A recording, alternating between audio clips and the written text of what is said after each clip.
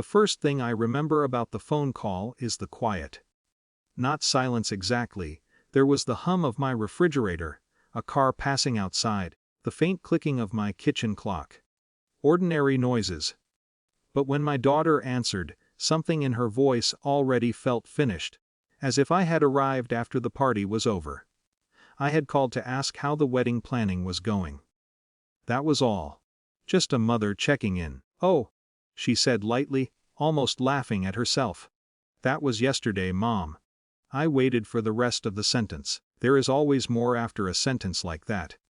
"We kept it really small," she added. "Just a quick ceremony. Only special people." The words landed strangely.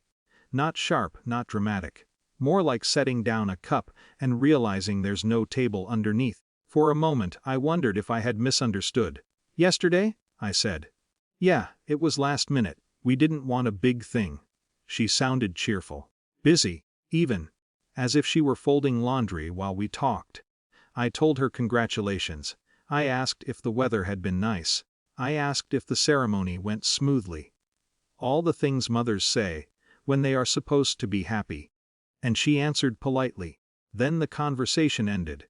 After I hung up, the kitchen clock kept clicking.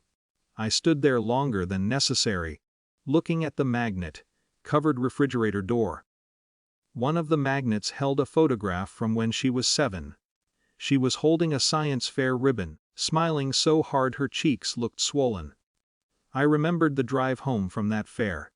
She had talked the entire time about volcanoes. Later that night I made tea and sat at the small table by the window. I tried to understand what exactly had happened. She had gotten married. Yesterday. And somewhere in the quiet logic of that decision, I had not been among the special people. The days that followed were uneventful. Laundry, groceries. The same morning walk I take around the park 3 blocks away. But small memories kept appearing without warning. The semester she couldn't pay tuition and called me crying. The apartment deposit she didn't have. The winter her car broke down and I wired money so she wouldn't lose her job. None of those memories felt painful exactly. They simply looked different now. Like old photographs where you suddenly notice someone standing just outside the frame. A week later my phone rang again. Her name appeared on the screen. When I answered, she sounded tense. "Mom, the rent is overdue." I waited. "Did you send the money yet?" There was no accusation in her voice, just urgency. The kind people use when discussing logistics, flight times, deadlines, bills. For a moment I almost said yes. My body knew the script well. I had performed it many times. Reassurance first, explanation later. Transfer the money before the panic grows. But something inside me had shifted during that quiet week. I leaned back in my chair and looked out the window. Across the street, a neighbor was watering his plants. Normal life continuing. "Mom," she said. I could hear papers rustling on her end. Maybe a lease agreement. Maybe a reminder notice. "Sweetie," I said gently, "didn't I already tell you?" She paused. "Tell me what?" I realized then that the conversation she expected and the conversation we were actually having were not the same. "That after the wedding," I said slowly, "I decided to make a few changes." Another pause. "What changes?"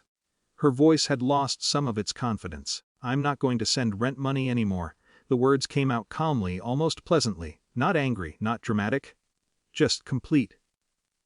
"What?" she said. I could hear the disbelief forming. "Mom, it's just this month. The landlord already sent a notice." "I understand. So you'll send it today." I shook my head, though she couldn't see it. "No." The silence this time was longer. "Why?" she asked finally. It was not an aggressive question. More like someone trying to solve a puzzle. I thought about giving a speech. About explaining how it felt to learn about your daughter's wedding after it happened. About the strange weight of the phrase, special people. But the truth didn't require that much language. "I realize something," I said. "What?"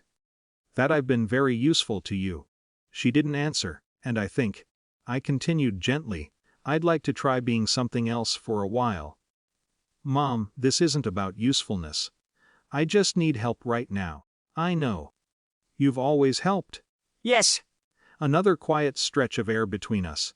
Then she said, a little sharper now, so you're just stopping. I looked again at the photo on the refrigerator, 7 years old. Volcano ribbon. No, I said. I'm just changing the arrangement. The call ended without resolution. That evening she called again. Her voice was different. The landlord had left a message. There might be late fees. For the first time, she didn't assume anything. She explained the situation carefully, like someone presenting a case. I listened. I told her I hoped things worked out. And I meant it. Weeks have passed since then. We still talk. The conversations are slower now.